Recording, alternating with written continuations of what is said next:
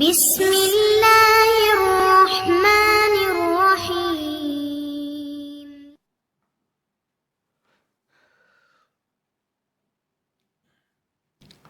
அஸ்ஸலாமு அலைக்கும் வரஹ்மத்துல்லாஹி வபரகாத்துஹு.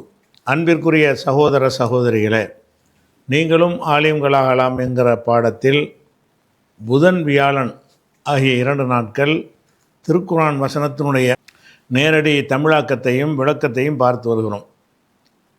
நேற்றைய தினம் ஆல இம்ரான் அத்தியாயத்தின் 4 வசனங்கள் வரை பார்த்துருக்கிறோம். இன்றைக்கு 5வது வசனம் பார்க்க இருக்கிறோம். 5வது வசனம் என்ன சொல்லுதுன்னு கேட்டால், இன்னல்லாஹ, அல்லாஹ் லா யஹ்ஃபா அலைஹி, அவனுக்கு மறையாது, ஷைஉன், எதுவும் மறையாது. அப்போ ஹஃபியை என்றால் மறைந்ததுன்னு அர்த்தம். ஒரு மனிதனுக்கு ஒரு விஷயம் மறைவாக இருக்குன்னு சொன்னால் அதில் அலா தான் போடணும். ஹஃபிய அலா ஜெய்தின், ஜெய்துக்கு அது மறைவாக இருந்தது. அலாங்கிற வார்த்தையை போட்டு தான் இந்த ஹஃபிய என்பதனுடைய மஃபூலை இணைக்கணும். இப்போ லா யஹ்ஃபா அலைஹி, அல்லாவின் மீதுலாம் சொல்லக்கூடாது. அல்லாவுக்கு மறைவாக இருக்காது. ஷெய்உன், எந்த ஒரு பொருள், லா யஹ்ஃபாவுடைய ஃபாயில் ஷெய்உன். அப்போ லா யஹ்ஃபா ஷெய்உன் அலைஹி, எந்த ஒன்றும் அல்லாவுக்கு மறையாது, மறைவானதாக இருக்காது. அப்போ நம்ம மனிதனை பொறுத்த வரைக்கும் சில விஷயங்கள் தான் மறைவு இல்லாமல் இருக்கும். எது நம்ம கண்ணுக்கு முன்னாடி இருக்குதோ அது மறைவாக இருக்காது. முதுகுக்கு பின்னாடி உள்ளது நமக்கு மறைவாக இருக்கும். வெகு தொலைவில் உள்ளது மறைவாக இருக்கும். நடந்து முடிஞ்சது, காலத்தால் முடிஞ்சது, அது மறைவாக இருக்கும். நடக்க இருப்பது அது மறைவு. ஒரு 10 வருஷம் என்ன வரும் நமக்கு தெரியாது. இப்படி மனிதர்களாகிய நமக்கு ஏராளமான விஷயங்கள் மறைவாக இருக்குது. ஒரு சின்ன ஒரு லிமிட்டுக்குள்ளே இருக்கும்போது தான் கண்ணுக்கு பார்க்குறோம், காதில் கேட்குறோமே தவிர, ஒரு வெகு தொலைவுக்கு போய்விட்டது என்று சொன்னால் நமக்கு அது மறைஞ்சு போயிடுது. அது போக கிட்டத்தில் இருந்தால் கூட இருட்டாக இருந்தால் நமக்கு மறைஞ்சு போயிடும்ல, வெளிச்சத்தில் தான் தெரியும். அப்போ அல்லாஹ்வுக்கு இந்த மாதிரி ஏதாவது கண்டிஷன் இருக்கானே கிடையாது. அல்லாஹ்வை பொறுத்த வரைக்கும் எதுவும் மறையாது என்று சொன்னால், எத்தனை தடுப்புகள் வானத்திலிருந்து இங்கே வர்றதுக்கு எத்தனை கோடான கோடான கோடான கோடான கிலோமீட்டருக்கு கீழே இந்த பூமி இருக்குது. அவன் அந்த அரசு அதுக்கெல்லாம் மேலே இருக்குது. அங்கே இருந்து கொண்டாலும் அல்லாஹ் என்ன செய்வானா, நம்மளை பார்ப்பான். அங்கே இருந்து நம்மளை அவனுக்கு பார்க்க முடியும். அந்த பார்ப்பதை இந்த முகடு தடுக்காது. அங்கே உள்ள விண்வெளியில் உள்ள இதெல்லாம், அந்த கேலக்சிலாம் தடுக்காது. பால்வெளி தடுக்காது. எல்லாத்தையும் ஊடுருவி அல்லாஹ்வுடைய பார்வை வந்துடும். அப்போ அவனுக்கு எதுவுமே மறையாது என்று சொன்னால், எதெல்லாம் மறையாது? காலத்தால் முந்தியது மறையாது, காலத்தால் பிந்தியது மறையாது, இருட்டில் மறையாது. அது மாதிரியான ஒரு பல விஷயங்கள் இருக்குது. எதுவுமே மறையாது. ஏதாச்சும் இந்த பொருள் இங்கே இருக்குன்னா இது அல்லாஹ்வுக்கு நான் எப்படி பார்க்குறேன்னு அந்த மாதிரி அல்லாஹ் இதை பார்ப்பான். அதை விட கூர்மையாக பார்ப்பான். அப்போ அல்லாஹ் ரப்புல் ஆலமீனுக்கு எந்த ஒன்றும் மறையாது. எங்கே மறையாது என்றால், ஃபில் அர்தி, பூமியிலும் மறையாது, வலாஃபி சமாயி, வானத்திலும் மறையாது. அதாவது இந்த இடத்துல லா யஹ்ஃபான்னு வருதுல, லா யஹ்ஃபா மறையாது. அதான் அலல்லாஹி அலைஹி, அல்லாவுக்கு மறையாது, ஷெய்உன், எந்த ஒன்றும் மறையாது, ஃபில் அர்தி, இந்த பூமியில் என்னென்னலாம் இருக்கிறதோ அதில் ஏதாச்சும் அல்லாவுக்கு மறைஞ்சிருக்குமானா மறையாது. அல்லாவுக்கு தெரியாமல் இந்த பூமியில் ஏதாவது செய்ய முடியுமான்னா முடியாது. இந்த பூமியில் எதுவும் மறையாது. பூமியில் மட்டும்தானா ஒலாபிசமா, வானத்தில், வானம்ங்கிறது பூமி அல்லாத எல்லாம் வானத்தில் சேர்ந்துடும். சந்திரன் கூட வானத்தில் சேரும், சூரியன் கூட வானத்தில் சேரும், எல்லா கோள்களும் வானத்தில் சேரும், எல்லா கேலக்சியும் வானத்தில் சேரும். அப்போ அண்ட சராசரம் எல்லாமே வானத்தில் சேர்ந்துடும்.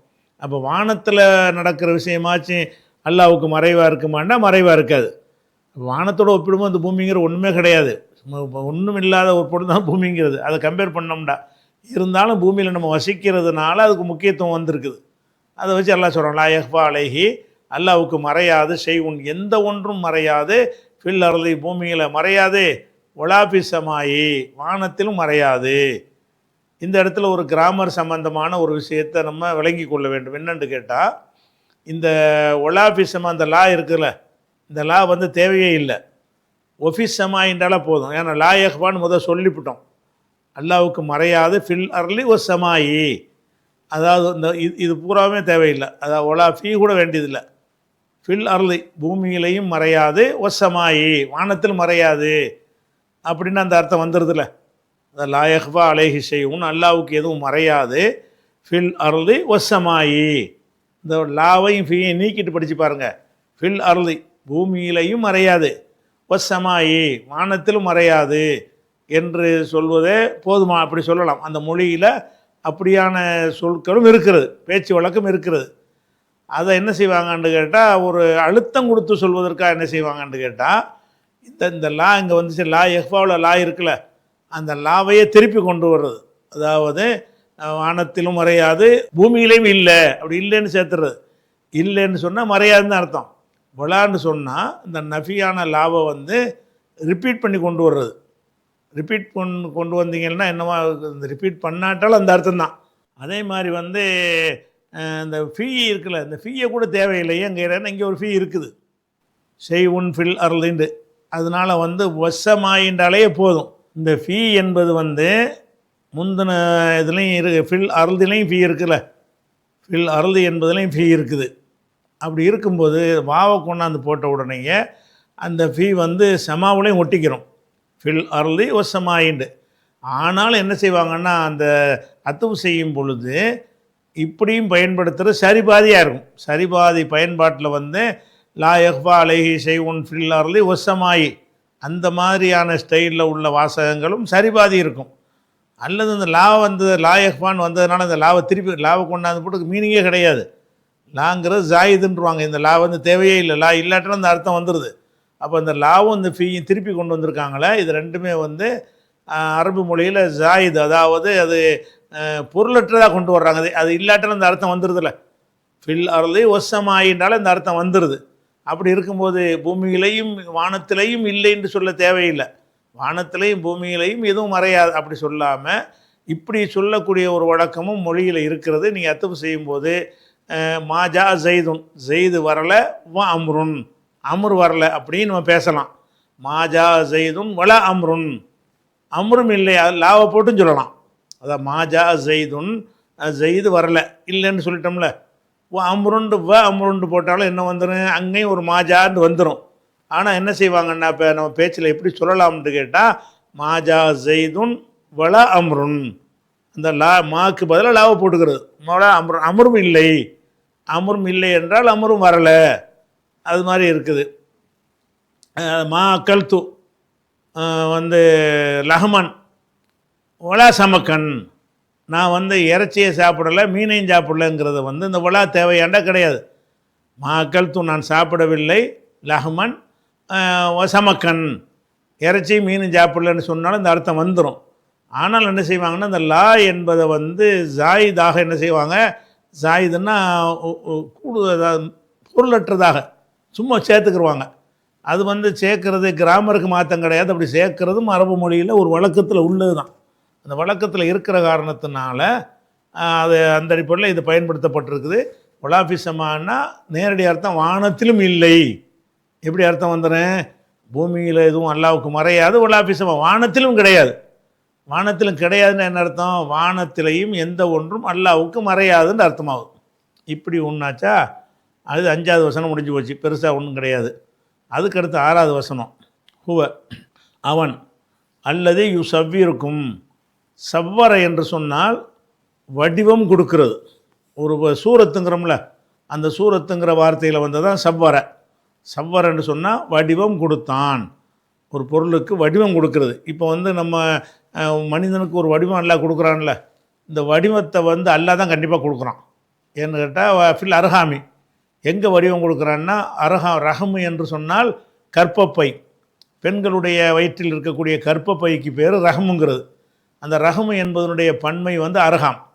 அப்போ ஹூ அவன்தான், யு சவ்வி அல்லது யு சவ்வி இருக்கும், உங்களுக்கு வடிவம் தருகிறான், வடிவத்தை தருகிறான், ஃபில் அர்ஹாமி கருவறைகளில் வடிவத்தை தருகிறான், கைஃப யஷாவ் அவன் விரும்பியவாறு தருகிறான். அப்போ ஒரு மனிதனுக்கு ஒரு மனிதன் புள்ள பிறக்குதுன்னு சொன்னால் அந்த பிள்ளைக்கு உள்ள வடிவத்தை தீர்மானிக்கிறது யார், அல்லதான்.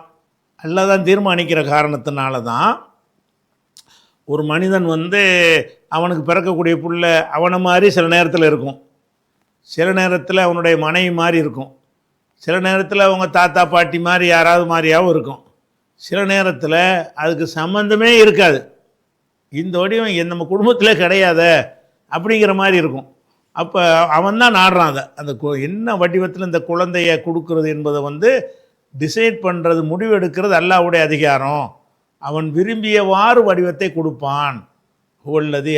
அவன்தான் அல்லது யுசவ்விருக்கும், உங்களுக்கு வடிவத்தை ஏற்படுத்துபவன், வடிவம் தருபவன், உருவத்தை தருபவன்.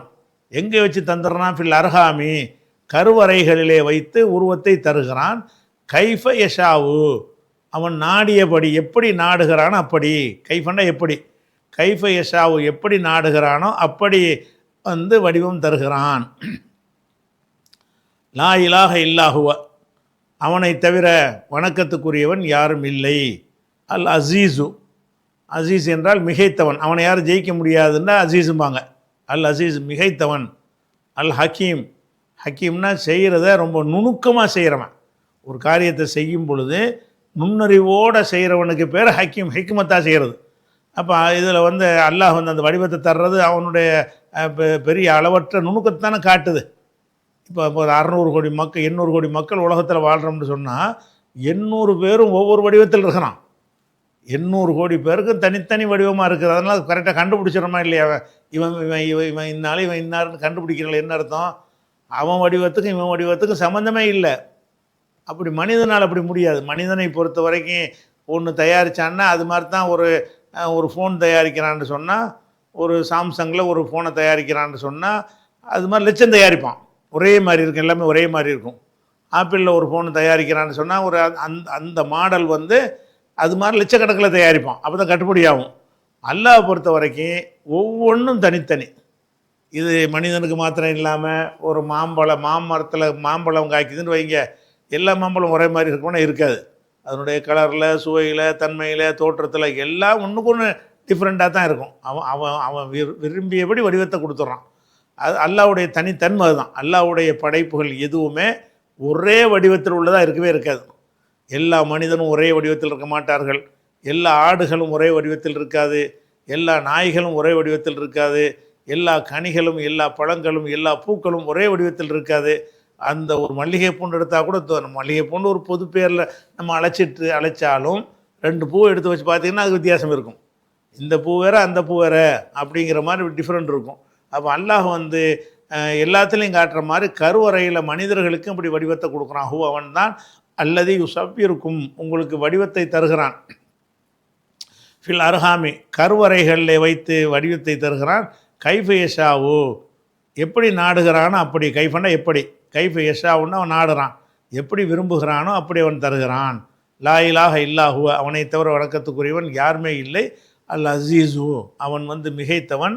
அல் ஹக்கீமு, நுண்ணறிவாளன் அப்படின்ட்டு 6வது வசனத்தை முடிச்சிடறான். இது 7வது வசனம். இந்த 7வது வசனத்தில் தான் நிறைய விஷயங்களை நம்ம விளக்க வேண்டியிருக்கு. என்ன விளக்க வேண்டியிருக்குன்னா, உங்களுக்கு இந்த 3-7 வசனம்னு உங்களுக்கு அந்த ஆலிம் குரூப்பில் உங்களுக்கு வீடியோக்கள் அனுப்பியிருக்கிறோம். இந்த வசனத்தை வந்து தாறுமாறாக குழப்பி மக்களை வந்து அனைவரும் வழிகெடுத்து கொண்டிருக்கிற காரணத்தினால இந்த வசனத்துக்காக வேண்டிய தனியாக நம்ம இந்த ரமலான் மாதத்தில் 4 நாட்கள் தொடராக ஆய்வு செஞ்சு ஒரு உரை நிகழ்த்தினோம். தவறாக புரிந்து கொள்ளப்பட்ட திருக்குரான் வசனங்கள்ங்கிற தலைப்பில் ஒரு தொடர் உரை நிகழ்த்தும் பொழுது அதில் இந்த 3-7 வசனத்தை எப்படியெல்லாம் தப்பாக புரிஞ்சிருக்கிறாங்க என்பதை ஆய்வு செஞ்சு அதை 4 உரையும் 4 பாகமாக ஆக்கி உங்களுக்கு இந்த குரூப்பில், ஆலிம் குரூப்பில் இருந்தீங்கன்னு சொன்னால் உங்கள் எல்லாருக்குமே வந்து நம்ம அனுப்பிட்டோம். அது வந்திருக்கு, முந்தின நாள் உங்களுக்கு வந்து சேர்ந்துருக்கும். அந்த 4 இதையும் நீங்கள் பார்த்துட்டு இதை கேட்டால் ஒன்றும் தெளிவாக இருக்கும். இல்லைண்டா கூட இந்த வசனத்தை பார்க்கும்போது கூட என்ன செய்யலாம், கொஞ்சம் மெனக்கெட்டு அந்த 4 வசனத்தை 4 மணி நேரம் ஒதுக்க வேண்டியிருக்கு. ஆனால் ஒதுக்கித்தான் ஆகணும். கற்றுக்கொள்வதற்காக வேண்டி சிரமப்பட்டு ஒதுக்கிட்டீங்கன்னு சொன்னால் இந்த வசனம் வந்து ரொம்ப தெளிவாக உங்களுக்கு விளங்கிடும். அதுக்கு தான் அனுப்பி வச்சுருக்கோமா. இப்போ நம்ம இதில் உள்ளது மேலோட்டமாக விளங்குவோம். அவன்தான் அல்லது அன்சல் அலைக்க, உமக்கு இறக்கி வைத்திருக்கிறான். நபியே முகமதே, உமக்கு இறக்கி வைத்திருக்கிறான். அல் கிதாப, இந்த வேதத்தை அவன் தான் உனக்கு தந்தான். அல்லாஹ் தான் இது அருள் இருக்கிறான்னு சொல்லி ஆரம்பிக்குது. இதில் வந்து ஆய்வுக்கு ஒன்றுமே கிடையாது, பளிச்சென்று விளங்குகிறது. மின்ஹு அந்த வேதத்தில், மின்ஹுன்னு அந்த கிதாபில் இருக்கிறது, ஆயாத்துன் முஹக்கமாத்துன் உறுதி செய்யப்பட்ட வசனங்கள். முஹக்கம் என்றால் உறுதிப்படுத்தப்பட்ட ஒரு வசனங்கள் அதில் இருக்கிறது. ஹுன்ன அவைதான் உம்முல் கிதாப் இந்த வேதத்திற்கு தாயாக இருக்கும். இந்த குர்ஆனில் அதாவது முதல் கருத்தை விளங்கிக்கிறங்களேன், அப்புறம் வாசிப்போம். குர்ஆனில் இந்த வசனத்தில் அல்லாஹ் என்ன செய்கிறான்னு கேட்டால், குர்ஆனுடைய வசனங்கள் இரு வகைகளில் உங்களுக்கு நான் தந்திருக்கிறேன். ஒரு வகை முஹக்கம், இன்னொரு வகை முத்தஷாபிஹ். முஹக்கம் என்கிற வகையிலையும் சில வசனங்களை உங்களுக்கு தந்திருக்கிறேன், முத்தஷாபிஹ் என்ற வகையிலையும் நான் தந்திருக்கிறேன். அந்த முஹக்கம் என்பது தான் இந்த வேதத்துக்கு அடிப்படையான விஷயம். முத்தஷாபிஹ் என்பது அது உறுதிப்படுத்தப்பட்டதாக இருக்காது, அப்படிப்பட்ட வசனங்களும் இருக்கிறது என்று அல்லாஹ் சொல்லிடுறான்.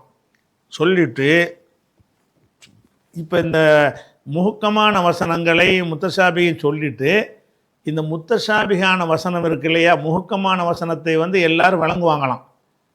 முஹக்கமான வசனங்களை எல்லாருக்கும் என்ன செய்யும், அர்த்தம் தெரியும், எல்லாருமே புரிஞ்சுக்கிடுவாங்க.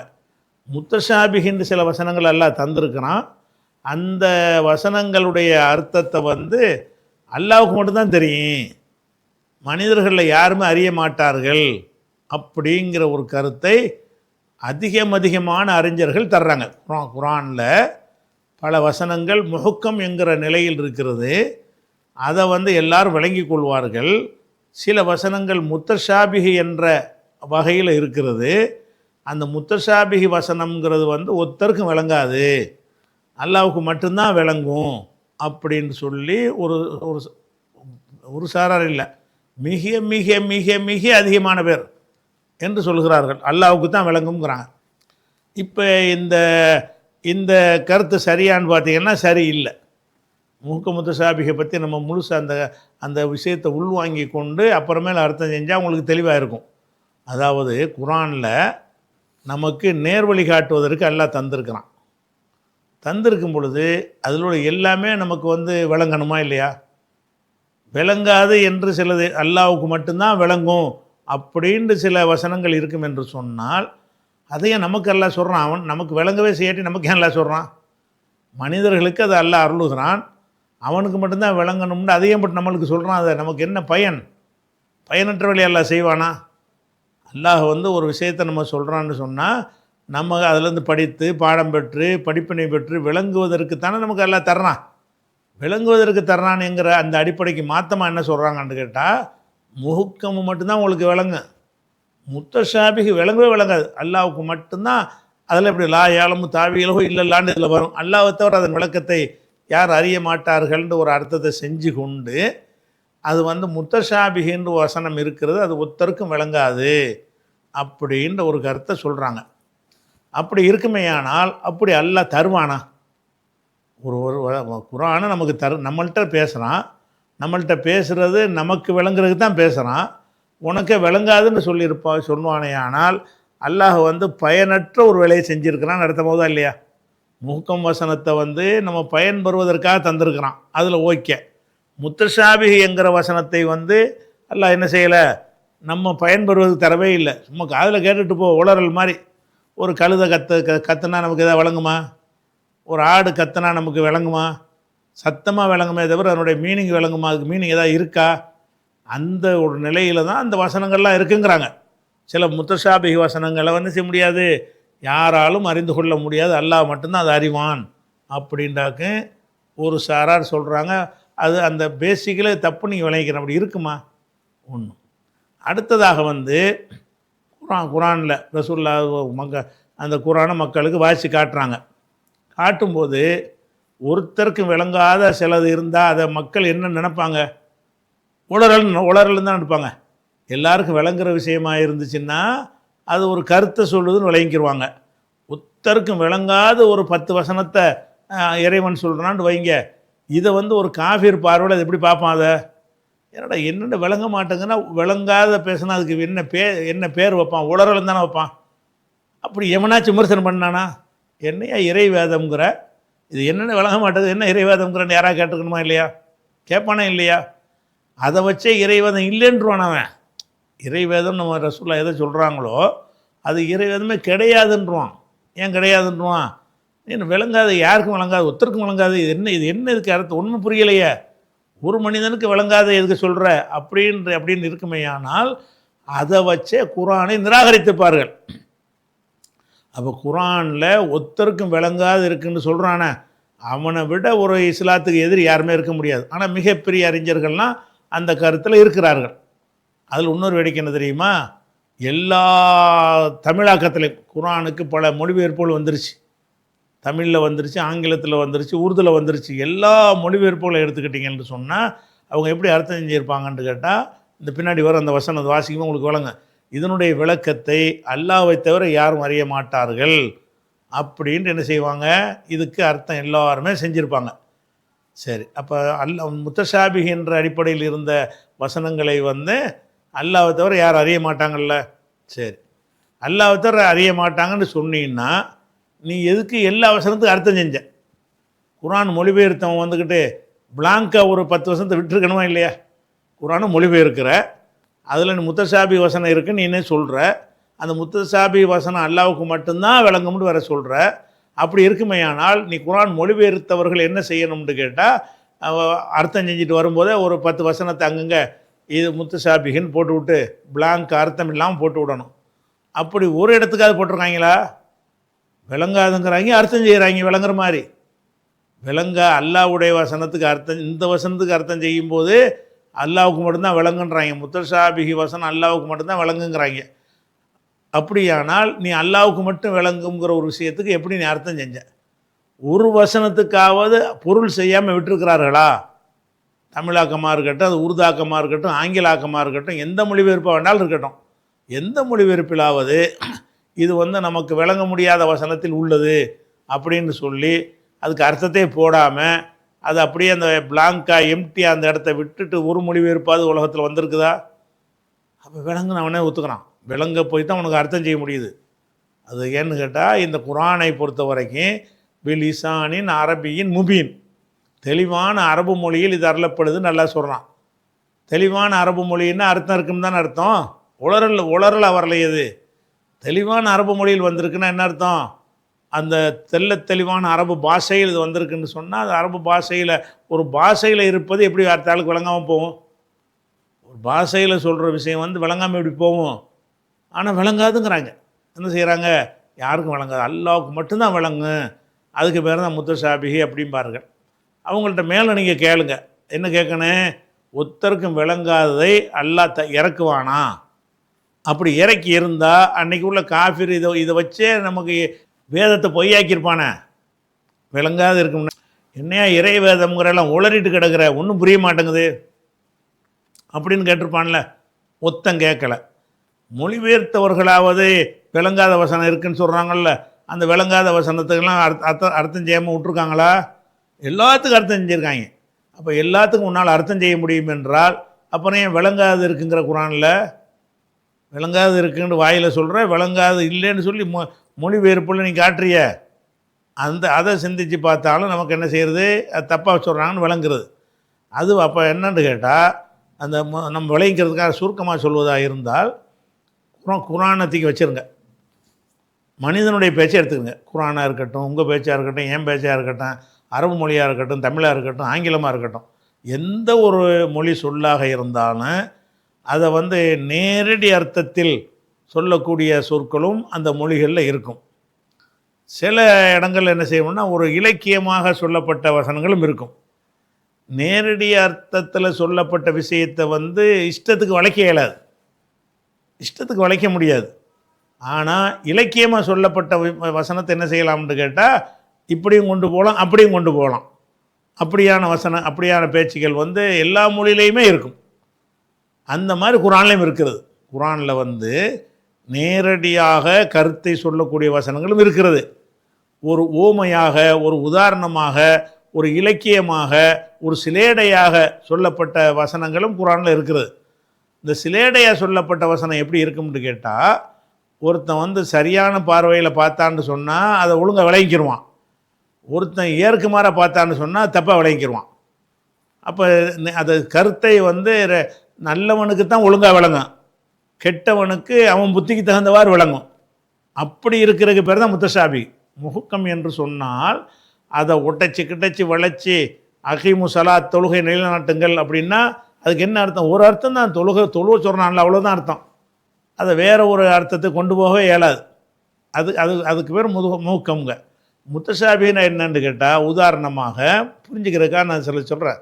உதாரணமாக அல்லாஹ் வந்து ரசூலுல்லாவை அனுப்பியிருக்கிறான்.